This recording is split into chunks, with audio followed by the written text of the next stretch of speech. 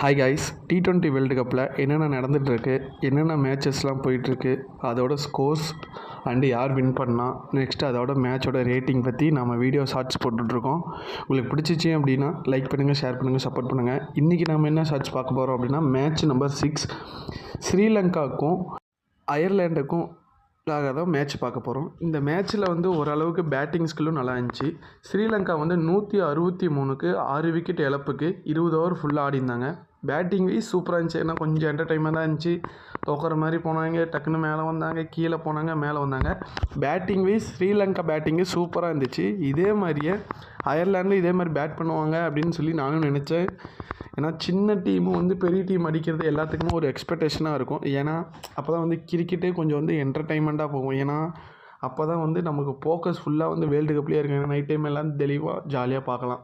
அதுக்காக சரி, அயர்லாண்டு என்ன தான் ஸ்கோர் அடித்தாங்க அப்படின்னா, அயர்லாண்டும் பேட்டிங் வைஸ் கொஞ்சம் நல்லா ஆடினாங்க. ஆனால் 143 ரன்னு ஆல் அவுட் ஆகிட்டாங்க. ஒரு பால் மீதி இருக்க ஆல் அவுட் ஆகிட்டாங்க.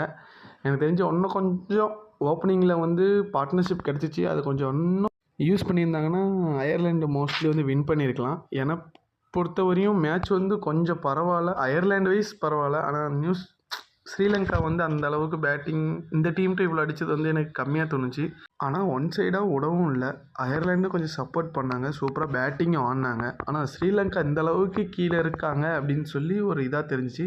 மேட்சோட ரிசல்ட்டு போயிட்டீங்க அப்படின்னா, வின் பை ஸ்ரீலங்கா 20 ரன்ஸ் தான். அவ்வளோ பெரிய வெற்றிலாம் கிடையாது.